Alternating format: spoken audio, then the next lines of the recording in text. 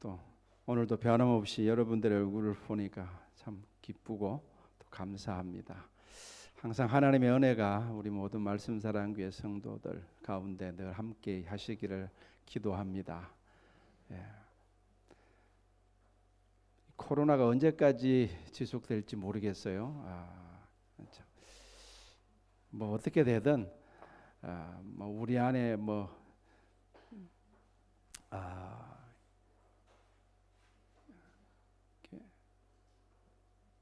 하나님께 맡길 수밖에 없겠죠, 그죠?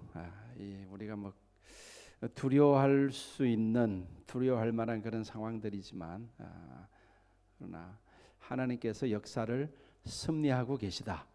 여기에 대한 믿음을 굳건하게 가지시기를 바랍니다.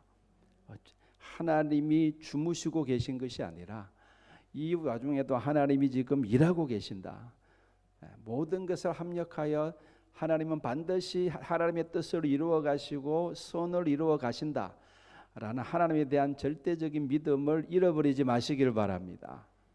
그게 참 중요한 것 같아요.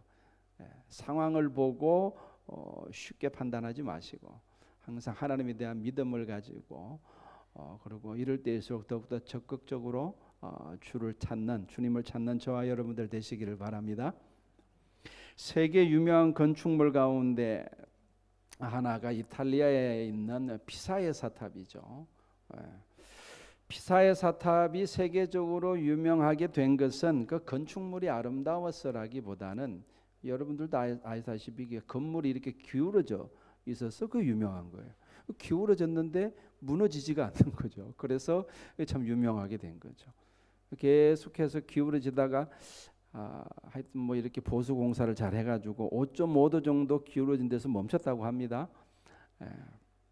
근데 이 원래 이 피사의 사탑을 설계한 건축가 이름을 제가 까먹었는데 처음부터 이렇게 기울어지게 설계한 것도 아니고 그런 의도로 처음에 건축을 시작한 것도 아닙니다. 그럼 어떤 사람이 건물을 그렇게 위험하게 기울어지게 짓겠어요?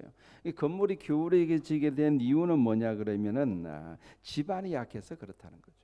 그 지반이 약해가지고 한쪽으로 이렇게 기울어지게 됐다는 겁니다. 그러니까 우리가 건물을 지을 때 그 기초가 되는 그 터가 얼마나 중요한가. 여러분들 뉴욕에 가면 미국의 맨하탄에 가면은 100층이 넘는 빌딩도 많잖아요.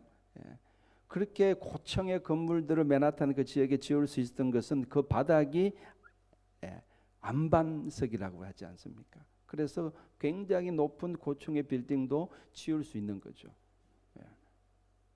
물론 그 안반을 뚫고 기초를 세우는 것은 기초 작업을 하는 것은 굉장히 돈도 많이 들어가고 힘도 많이 들겠죠. 그러나 그렇게 힘들지만 그 반석 위에 그 안반 위에 기초를 딱 세우면은 높이까지 건물을 세울 수 있는 것이죠.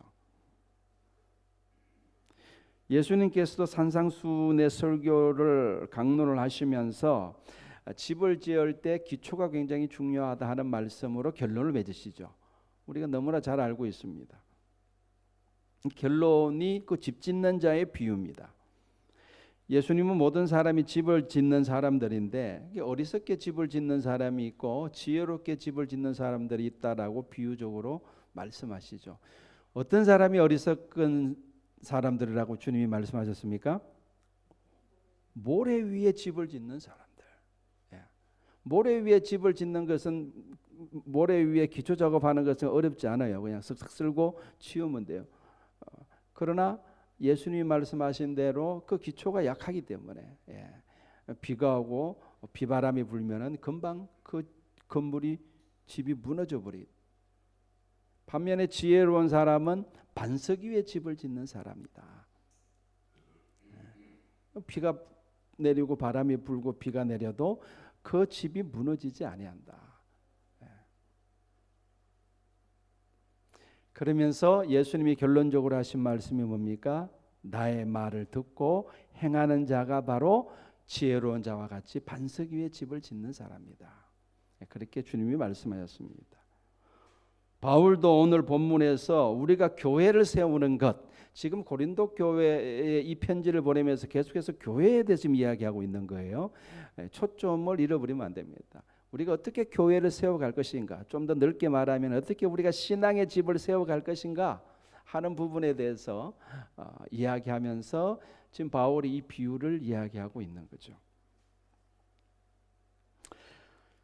그래서 오늘 이 본문을 통해서 바울이 우리가 뭘 전하고자 하는지, 사실은 바울이 전하는 게 아니죠. 성령께서 그 바울을 감동하셔서 우리에게 전하는 거니까 하나님께서 우리에게 말씀하시는 것입니다. 그래서 그것이 무엇인지 우리가 잘 귀담아 듣고 또 저와 여러분의 삶 가운데 이 말씀을 잘 적용할 수 있기를 바랍니다. 그래서 정말 예수님이 말씀하신 대로 어떤 상황 속에서도 흔들리지 않는 영원한 믿음의 집, 신앙의 집, 그리고 그런 튼튼한 교회를 세워가는 우리가 될 수 있기를 축복합니다. 자, 바울은 집을 잘 짓기 위해서 두 가지 조건이 충족되어야 된다. 물론 두 가지 조건 이렇게 말하지 않지만 오늘 본문을 읽어보면 바울이 크게 두 가지에 대해서 이야기한다는 것을 우리가 알 수 있죠. 그죠? 첫 번째 바울이 말하는 것은 말하는 게 뭡니까? 역시 기초에 대한 이야기입니다. 자, 몇 절입니까? 몇 절을 11절 같이 다시 한번 읽겠습니다. 시작.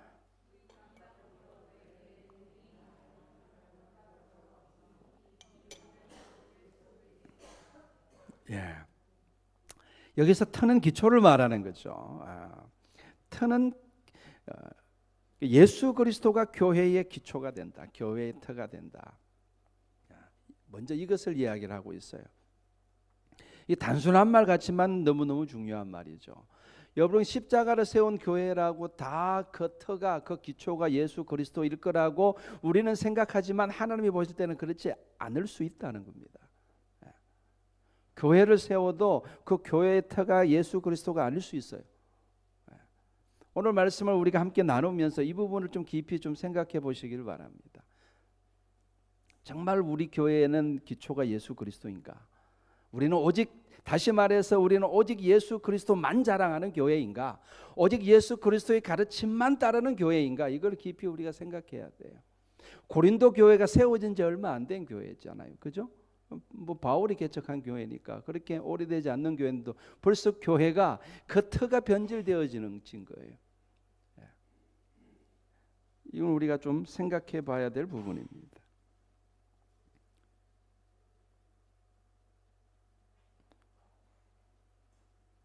그러니까 예수 그리스도라는 기초 위에 세우면은 그건 정말 튼튼하게 잘 세우는 교회가 되는 거죠. 그리고 영원토록 그거는 무너지지 않는 교회가 되는 겁니다. 반면에 다른 기초 위에 교회를 세우면은 그것은 나중에 다 무너진다. 바울이 말하고자 하는 요점이 그거죠. 이 기초가 참 중요합니다. 제가 설교를 준비하면서 참 공감이 되는 이야기가 있어서 나눕니다. 제가 가끔 이렇게 당구 TV를 저는 자주는 아니고 가끔 봐요. TV 틀면 볼 게 없어요. 여러분들은 모르겠는데 저는 TV 틀면은 저는 드라마도 별로 좋아하지 않고 별로 이렇게 예능은 더더욱 안 좋아하고 예능 제일 재미없는 게 예능이에요. 그래서 예능하면 그냥 다 너무 이상하게 저는 그게 재미가 없더라고요. 그래서 이제 스포츠로 주로 저는 이제 채널을 돌립니다. 그러면 스포츠도 별로 재미가 없고 그래서 이렇게 가끔 당구를 봅니다. 당구 채널이 빌리어드 TV라 그래 당구 채널이 있는데 당구와 관련해 가지고 일본 사람들하고 한국 사람들이 같이 당구를 시작하면은 배우는 속도는 한국 사람들이 훨씬 빠르대요. 우리나라 사람들이 빨리빨리 이가 특성화되어 있잖아요. 그래서 굉장히 빨리 배운답니다. 그래서 그래서 일본 사람들이 50 치면은 그 시간에 한국 사람들 벌써 100을 친대요. 그런데 신기한 것은 예외 없이 500점에 먼저 다다르는 사람은 예외 없이 일본 사람이 먼저 500점에 다다른답니다. 그 왜 그러냐 하면은 한국 사람들은 당구를 배울 때 성격이 급해가지고 꼼꼼히 기초부터 잘 배우려고 하지 않는답니다. 어느 정도 기초가 되면 그때부터 감으로 친대요. 그러니까 여러분들 당구를 쳐보신 분들은 알겠지만 한 200 정도까지는 감으로 칠 수 있어요. 그러나 300 넘어가는 당구수가 되려면 감으로 안 됩니다. 정확하게 기초가 있어야 돼요. 근데 일본 사람들은 그렇게 감으로 치지 않고 꼼꼼하게 기초를 이렇게 하나하나 이렇게 다져간답니다. 그러니까 결국은 500은 누가 빨리 가냐 그러면요, 일본 사람들이 500이 먼저 다다른다는 거예요. 그 이야기를 들으면서 그렇다. 참 중요한 교훈이다. 우리나라 사람들은 진짜 너무 이게 기초 의식이 좀 약한 것 같아요. 그래서 우리나라의 기초 과학이 발달하지 않은 거 아시죠?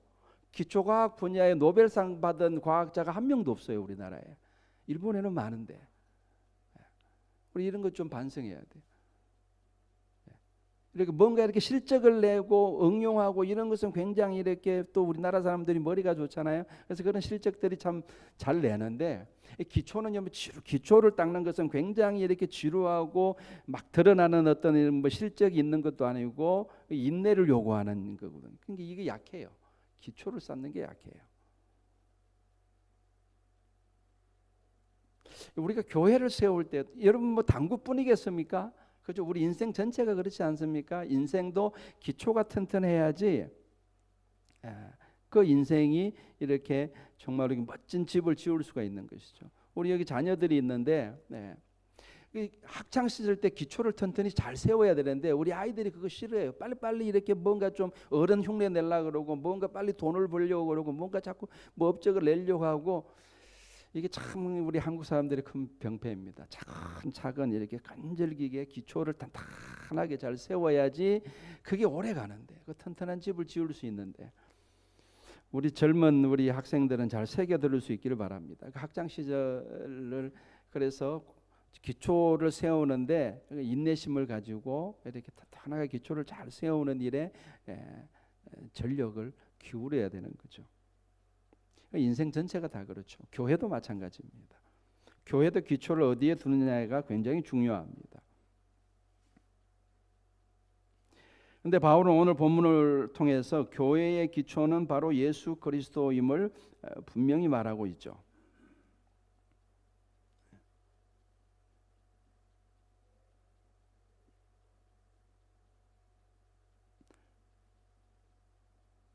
지금 바울이 지금 이 이야기를 하는 이유가 뭐냐 그러면은, 여러분 지금 고린도전서를 계속 같이 묵상하고 있잖아요. 지금 고린도 교회에 어떤 문제가 지금 발생을 했습니까? 분쟁이 일어난 거예요. 다툼이 일어난 겁니다. 그래서 여러 파들이 갈라졌어요. 나는 바울파다, 나는 아볼로파다, 나는 게바파다, 베드로파다, 혹은 나는 그리스도파다, 이렇게 여러 파가 나눠져가지고 분쟁이 일어나고, 이 왜 그러냐? 지금 이런 어떤 이렇게 그 흐름의 연속선상에서 보면 바울이 말하고자 하는 게 뭐냐 그러면은, 기초는 오직 예수 그리스도인데 지금 그 예수 그리스도가 기초가 아니라 교회가 사람의 가르침이 기초가 되어버린 거예요. 그러니까 서로 이렇게 막 다툼이 일어나고 이렇게 어려움을 겪게 된, 지금 그 이야기를 하고 있는 겁니다. 여러분, 바울이 교회의 기초가 될 수 없죠. 바울이 굉장히 훌륭한 사람이 틀림이 없지만 바울이 교회의 기초가 될 수가 없습니다. 아볼로도 훌륭한 사람이에요. 그러나 아볼로가 교회의 기초가 될 수는 없습니다. 여러분, 우리가 신앙생활 하다 보면 자꾸 사람을 쫓게 되는 경향성이 많아요. 자꾸 사람을 쫓게 돼요. 그 사람의 사상과 가르침을 쫓게 됩니다. 그래서 그 사람이 가르치는 대로 신앙생활을 하게 되기가 쉽습니다. 그런데 여러분, 이것을 잘 분별하셔야 됩니다. 그 사람의 가르침이 예수 그리스도의 가르침과 일치하는지 여러분들 잘 분별하셔야 돼요. 이거 잘못하면은요, 평생 우리가 신앙집을 지어놓은 것이 한순간에 무너질 수 있습니다. 지금 그걸 지금 경고하고 있는 거죠. 그래서 바울은 뭐라 그럽니까? 나는 예수 그리스도의 십자가 외에는 아무것도 자랑하지 않는다. 나는 오직 예수 그리스도의 십자가만 자랑한다. 바울이 그 이야기를 하지 않습니까? 저는 우리 말씀사랑교회도 예수 그리스도의 십자가만 자랑하는 교회가 되기를 주의 이름으로 축원합니다. 이거 여러분들 정말 중요한 거예요.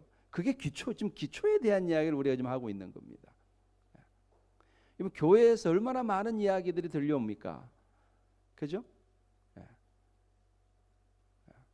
그거는요, 내가 지금 뭔가 교회 안에서 뭔가 이게 제일 중요하다라고 이야기하는 것은 그 사람이 어떻게 보면 기초를 드러내는 거예요.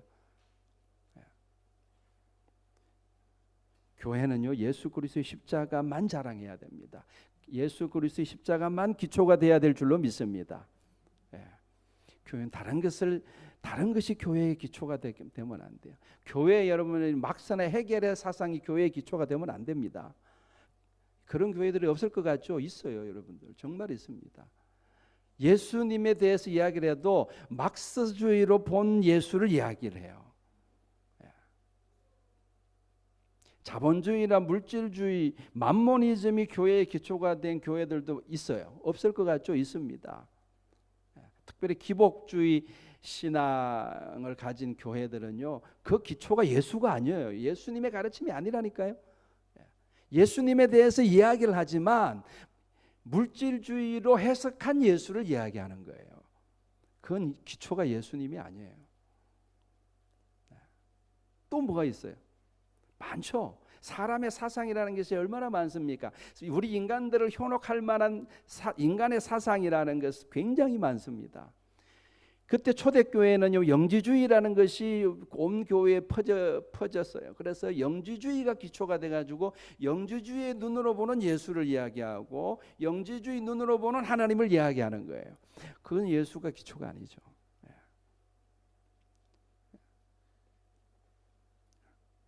오직 여러분 이거 잘 분별하셔야 돼요. 잘 분별하셔야 됩니다. 강단에서 설교를 한다 그래서 여러분들 그냥 무조건 무비판적으로 받아들이시면 안 되고, 예수 그리스도의 가르침과 합당한가, 예수 그리스도의 가르침과 일치하는가, 이걸 꼭 여러분들 이건 여러분 스스로 분별하셔야 돼요.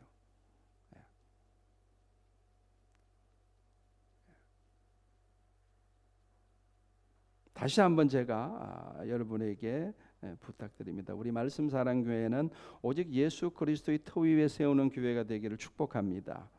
예수 그리스도의 가르침만 따르는 교회가 되기를 축복합니다. 그러면 그 교회는 영원히 흔들리지 않는 교회가 된다는 거예요. 굉장히 추상적인 이야기이지만 영적인 세계에서는 정말 이건 진짜 실제적인 이야기인 거예요. 바울은 그 기초에 대해서 제일 먼저 이야기를 했고, 이 기초에 대해서 예수 그리스도가 기초다, 이 부분에 대해서 좀 더 깊이 여러분에게 말씀드리고 싶은데 시간도 지금 뭐 한계가 있고 또 제 실력도 한계가 있고, 어쨌든 이게 좀 전해졌으면 좋겠어요. 여러분들에게 이게 좀 정말 전해지면 이게 정말 중요한 거예요. 아니, 교회의 기초뿐만 아니라 우리 인생의 기초도 예수 그리스도가 기초가 돼야 될 줄로 믿습니다. 그래서 제가 여러분에게 자주 반복해서 강조하지만, 여러분 성경을 읽을 때 다른 건 몰라도 예수님이 하신 말씀은요 꼼꼼히 체크해야 됩니다. 왜 예수님이 이 말씀을 하셨나? 예수님이 뭐라 그러셨어요? 주여 주여 하는 자마다 다 천국에 들어갈 것이 아니라 오직 하나님의 뜻대로 행하는 자라야 천국 들어간다. 하나님의 뜻대로 행한다. 예수님이 이 땅에 뭐 가르치러 오셨냐 그러면요, 하나님의 뜻을 가르치기 위해서 오셨어요. 나는 내 뜻대로 하는 게 하나도 없다. 그래서 예수님의 뜻과 하나님의 뜻은 일치합니다. 그래서 여러분 성경을 읽을 때 예수님의 가르침은 100% 하나님의 뜻이에요. 그래서 예수님의 가르침을 꼼꼼하게 들여다보라는 거예요. 예수님은 과연 우리에게 뭘 이야기하려고 하시는가, 그리고 그에 대해서 충분히 묵상하고 충분히 공부하고, 그래서 그에 대해서 확신을 가져야 돼요. 예수님이 우리에게 지금 이걸 말씀하려고 하시는구나. 그리고 그 깨달음을 여러분의 삶의 기초로 삼아야 되는 겁니다. 아멘. 그걸 여러분의 삶의 기초로 여러분이 무엇을 하든지 그게 여러분의 기초가 돼야 되는 거예요. 교회도 그것이 기초가 돼야 되는 거예요.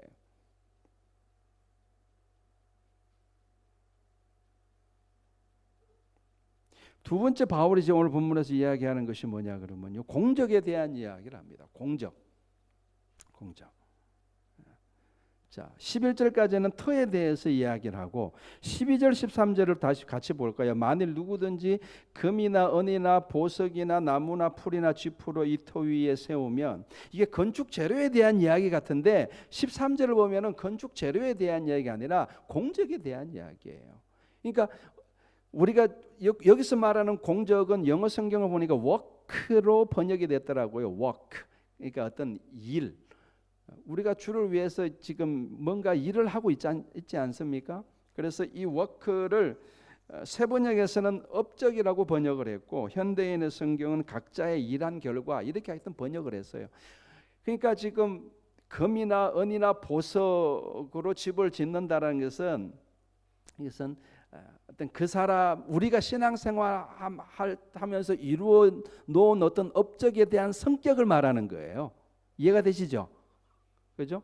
풀이나 집도 마찬가지죠. 우리가 주를 위해서 일한 어떤 이루어 놓은 업적의 어떤 그 성격을 가리킨다. 이렇게 볼 수가 있겠습니다. 근데 그 사람의, 각 사람의 공적이라 그랬어요.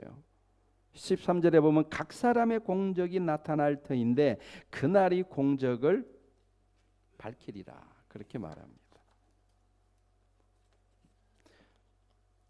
여러분, 공적은 공동체적이지 않습니다.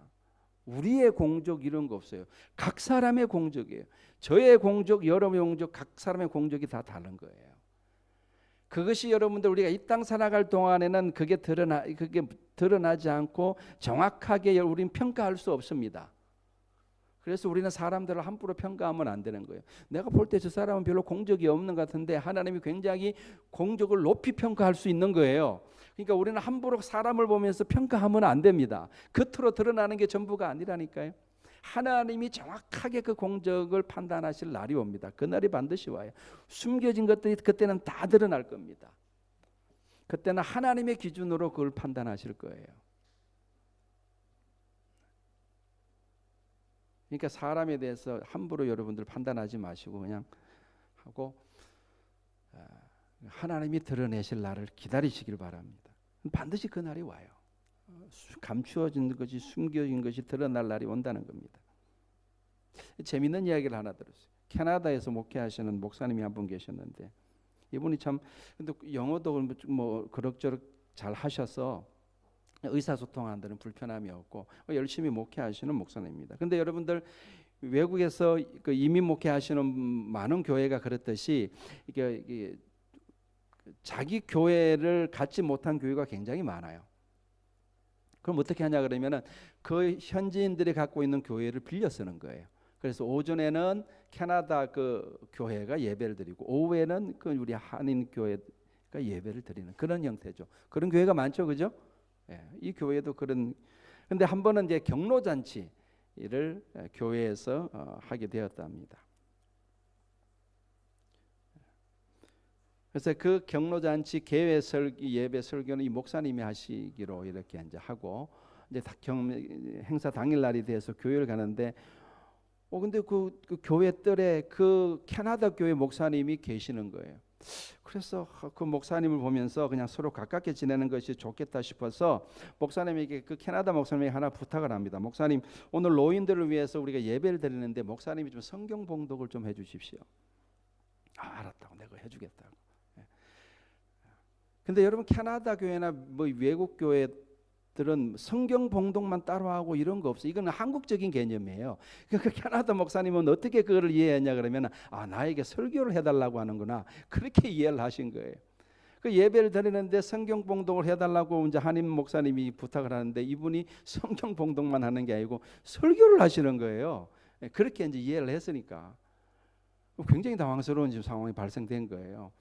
근데 이 목사님이 영어를 어느 정도 하지만 그 목사님의 그 원어인 목사님의 설교를 동시 통역할 정도는 아니었거든요. 그래서 막 이거 어떻게 해야 되나, 큰일 났다 이거. 주님 이거 어떡합니까? 뭐 어떤 건 들리고 어떤 건 안 들리고 이거 큰일 난 거예요 지금. 예, 통역은 해야 되고. 근데 한 가지 꾀가 떠오르더란 겁니다. 목사님도 설교를 준비해 오셨잖아요. 그래, 내가 설교한 준비를 그냥 하면 되겠구나. 왜냐 그러면 경로잔치에 참여한 노인들이 뭐 영어를 못 알아들으니까 그렇게 생각을 하고 그 캐나다 그 목사님은 영어로 설교하고 이 목사님은 자기가 준비한 원고대로 자기 설교를 하고 그렇게 해서 설교를 마쳤다는 거예요. 설교를 마치고 나니까 목사님 할머니들이 막 설교 시간에 아멘 아멘 그러고 은혜를 많이 받더라는 겁니다. 설교를 마치고 내려가는데 그 노인분들이 어른들이 목사님이 그렇게 영어를 잘하시는 줄 몰랐어요. 그래서 은혜 많이 받았습니다. 그러는 거예요. 근데 굳이 거기다가 뭐 바른 말 할 필요 없잖아요. 그죠? 근데 그러고 지나갈 수 있었는데 하필 그때 그 저기 영문학 그 박사 과정을 밟으려고 캐나다에 온 학생이 한 명 거기 참석을 했어요. 그 교회 그 어르신의 손자였는데 그 어르신 모시고 오고 하다가 그냥 예배에 참석을 한 거예요. 목사님하고 눈이 마주친 거예요.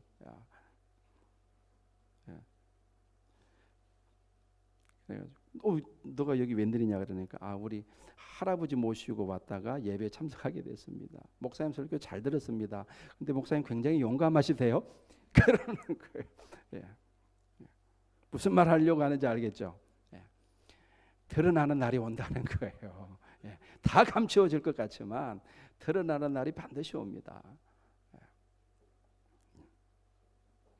제가 그 강조하려고 지금 이 이야기를 하는 거예요. 우리가 여러분들 신앙생활 하는 거 반드시 하나님 앞에서 다 드러나는 날이 올 줄로 여러분들 믿으시기를 바랍니다. 그런데 우리 사람의 눈으로 볼 때는 다 비슷한 것 같고 그렇지만 하나님이 보실 때는 어떤 사람의 공적은 금과 같고 어떤 사람의 공적은 보석과 같고 어떤 사람의 공적은 풀과 같다는 거예요. 우리 사람의 눈으로 볼 때는 다 똑같이 보이고 그렇지만 하나님이 보실 때는 그렇지 않다는 거예요. 하나님은 정확하게 그걸 분별해내시고 그 공적에 따라 정확하게 상을 주신다라고 지금 바울은 이야기를 하고 있는 것입니다. 자, 그러면은 오늘 설교의 가장 어떻게 보면은 하이라이트라고 할 수 있죠. 그러면 지금 바울이 비유하고 있는 그 금이나 은이나 보석으로 집을 짓는 거와 나무나 풀이나 짚으로 집을 짓는 것은 도대체 뭘 의미하는가? 이 부분에 대해서는 좀 깊은 좀 묵상이 필요할 것 같아요. 좀 깊이 생각해봐야 돼요. 왜 지금 바울이 이야기를 할까? 자, 그걸 저도 혼자 이 설교를 준비하면서 저를 혼자 이렇게 묵상을 하다가 물론 저 혼자 묵상한 건 아니죠. 여러 분들의 어떤 글들도 제가 참조하면서 또 주석도 참조하면서 제가 묵상을 해본 결과 제가 내린 결론은 이렇습니다. 여러분들에게 도움이 되었으면 좋겠어요. 여러분 지금 두 부류로 지금 나누고 있죠, 그죠? 금이나 은이나 보석이 한 부류고, 그 다음에 나무나 풀이나 짚이 한 부류죠. 이 두 부류 사이에 가장 결정적인 차이는 뭐냐 그러면 이쪽은 그 가치가 영원하다는 거예요. 이거는 가치가 일시적이라는 거죠. 그렇게 분류해 볼 수가 있겠어요.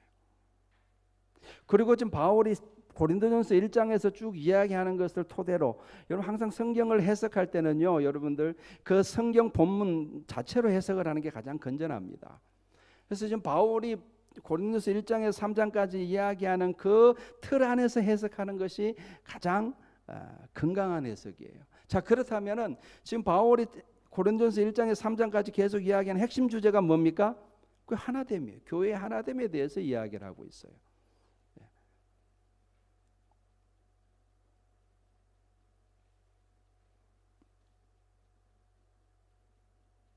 그거 이야기하기 전에 자, 아까 영원한 가치를 따르는 신앙생활, 그것이 금이나 은이나 보석으로 집을 짓는 거다. 이제 그렇게 제가 말씀을 드렸죠. 그러면 영원한 가치를 따른다는 것은 뭘 따르냐 그러면 그 영원한 가치는 뭐냐면 예수님의 가르침이 영원한 가치인 줄로 믿습니다. 그래서 이 금이나 은이나 보석으로 집을 짓는 사람들은 결국은 영원히 변치 않는 예수님의 가르침을 따르는 사람들을 가리킨다고 봐야 하는 거예요. 저는 그렇게 결론을 내렸어요. 그러면은 여기서 은이나 집이나 풀이나 집은 일시적인 가치라고 제가 말씀드렸는데 이것은 예수님과 가르침과 비교해서 사람들의 가르침이라고 볼 수가 있는 거예요.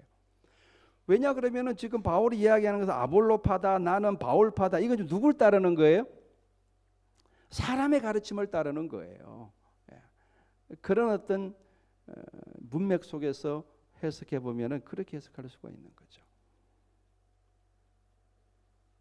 사람의 가르침이라는 것은 일시적인 거예요.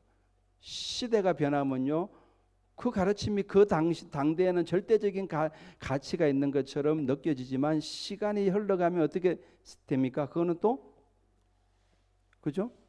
그 가치를 잃어버리죠. 여러분 신학도 마찬가지예요. 신학도 마찬가지입니다. 그래서 신학이 굉장히 중요하긴, 신학이라는 것이 성경을 해석하는 중요한 특이는 하지만 그 신학을 절대화하면은 그건 주의가 되어버리는 거예요. 여러분 제가 가끔 말씀드리지만 주의를 주의하라. 주의를 주의하라. 이거 여러분 말씀드리잖아요. 무슨 주의, 무슨 주의. 이것은 뒤에 주의라는 말이 붙은 것은 절대적인 가치를 부여하는 거예요. 그건 위험한 겁니다. 사람의 모든 가르침들은 절대적인 게 없어요. 그걸 절대적인 가치로 믿고 따르다가는요, 여러분들 오늘 본문에서 바울이 말하는 것처럼 하나님이 공적을 시험할 때 다 불타버리고 없어질 가능성이 100%입니다. 그래서 주의를 너무 신봉하지 마라. 민주주의도 마찬가지예요. 공산주의, 자본주의, 무슨 자연주의, 무슨 또 무슨 주의가 굉장히 많지 않습니까? 그 주의를 따르는 사람들은 그걸 절대적인 신념, 가치로 알고 따르는 거거든요. 그 위험한 거예요. 적어도 우리 그리스도인들은 예수님의 가르침을 절대적인 가치로 믿고 따라야 될 줄로 믿습니다. 여러분 사람의 가치, 사람의 가르침을 따르기 때문에 교회에 다툼과 분열이 일어나는 거예요. 지금 고린도 교회를 이야기하는 거예요. 근데 이거는 고린도 교회의 문제일 뿐만 아니라 이 땅에 있는 모든 교회들 속에 분쟁이 일어나고 다툼이 일어나는 결정적인 이유는 뭐냐면 사람들이 예수님의 가르침을 따르지 않고 사람의 가르침을 따르기 때문에 그런 거예요.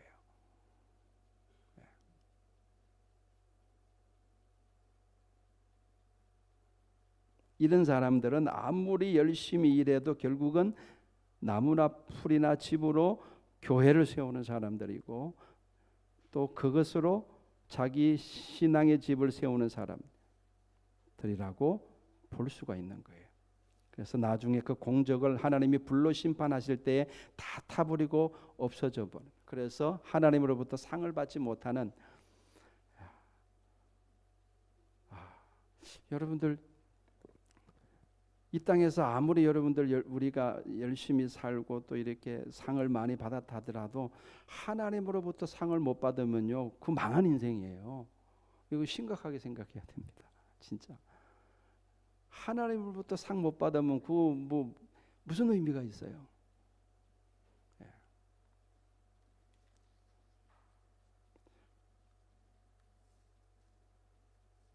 자, 오늘은 제가 여러분들에게 그냥 원고에 제가 매이지 않고 그냥 이렇게 정말 이렇게 제 속에 있는 이야기들을 이렇게 그냥 이야기하듯이 오늘 했어요. 근데 여러분 정말 이거 중요한 거예요. 정말 중요한 겁니다. 여러분 신앙생활 하면서 오늘 우리가 다룬 이 주제보다 더 중요한 주제는 제가 볼 때는 없다고 봐요.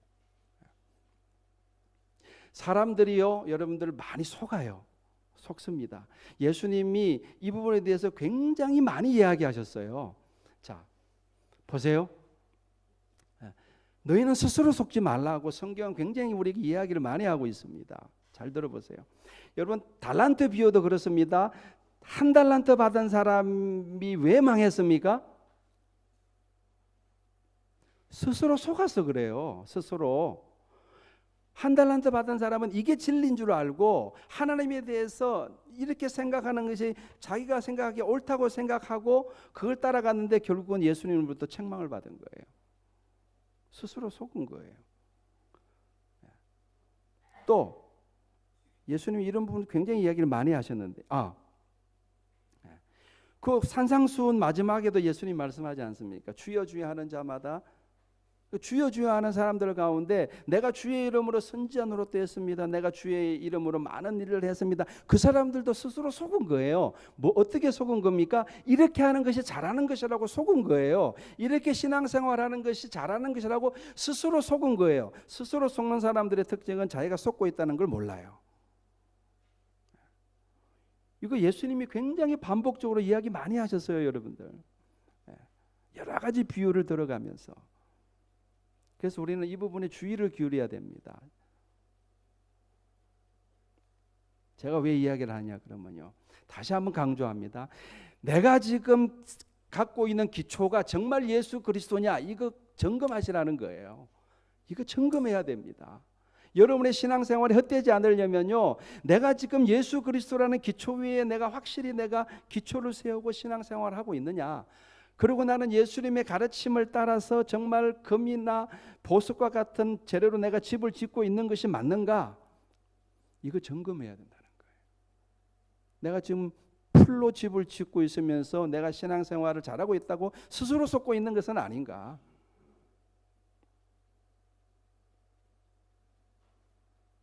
예수 그리스도의 십자가의 도가 여러분의 삶의 기초가 되기를 다시 한번 주의 이름으로 축복합니다. 예수 그리스도의 십자가의 도가 진리예요. 십자가의 도가 진리입니다. 그것이 교회의 기초가 되어야 되고 그것이 우리 개인의 삶의 기초가 되어야 될 줄로 믿습니다.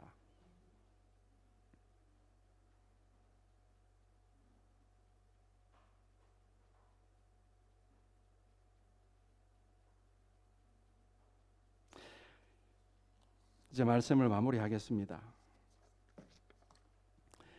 이건 제 착각이었으면 정말 좋겠는데, 정말 그냥 제 착각이었으면 좋겠어요.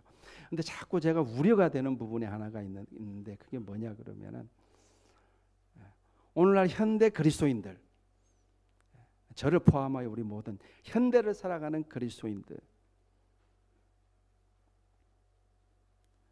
하나님 말씀에 별로 관심이 없는 것 같아요. 이게 제 우려에 지나쳤으면 좋겠어요. 근데 제가 느껴지는 저는 제일 걱정되는 게 그 부분이에요. 오늘날 그리스도인들이 예수님의 가르침에 별로 관심이 없어요. 그 가르침대로 살고자 하는데 관심이 없어요. 난 너무너무 안타까워요. 이게 진리인데 일단 관심이 없어요. 설교 시간에 설교는 듣는데 그냥 우이독경인 것 같은 느낌이 들어가지고, 이게 제가 너무너무 참 우려가 돼요. 우려가 돼요. 나는 우리 말씀사랑교회 성도들은 안 그랬으면 좋겠어요. 예수님의 가르침을 좀 진지하게 들었으면 좋겠고, 그 진지하게 고민하는 모습이 있었으면 좋겠고, 그리고 그 예수님의 가르침대로 살고자 하는 치열한 노력들이 있었으면 좋겠어요. 아멘. 그게 여러분의 생명을 살립니다. 그거는 어떻게 알 수 있느냐? 말씀을 듣는 자세만 봐도 알아요. 귀를 안 기울여요. 현대인들이 귀를 안 기울여요. 그럼 어떤 이야기들에 귀를 기울이냐 그러면은 성공 메시지들, 내 삶을 윤택하게 해준다는 그런 메시지들에는 귀를 쫑긋하고 이 열의와 성의를 보여요. 그래서 오늘날 제가 봤을 때는요, 개인의 행복이 우상인 것 같아요. 그게 절대적인 가치를 가진 듯한 그런 사회에 저와 여러분들 살고 있어요. 그래서 그리스도인들도 그 흐름에 휩쓸려 가지고 나의 개인의 어떤 권리, 내 개인의 행복을 우상시하고 살아가는 그리스도인들이 많다는 게 너무너무 안타까운 거예요. 기초가 잘못된 겁니다. 그거는 기초가 잘못된 거예요. 기초는 다시 말씀드리지만 예수 그리스도의 십자가의 도가 기초가 되어야 될 줄로 믿습니다. 이거 반복하고 또 반복해서 여러분에게 강조합니다. 정말 중요한 거예요. 그날 반드시 옵니다, 여러분들. 그날 반드시 온다니까요. 그날 반드시 옵니다. 우리의 공적들이 드러나는 날이 반드시 옵니다. 그리고 그날 우리의 공적을 판단하실 분은 하나님이세요. 기도하겠습니다. 거룩하신 우리 아버지 하나님,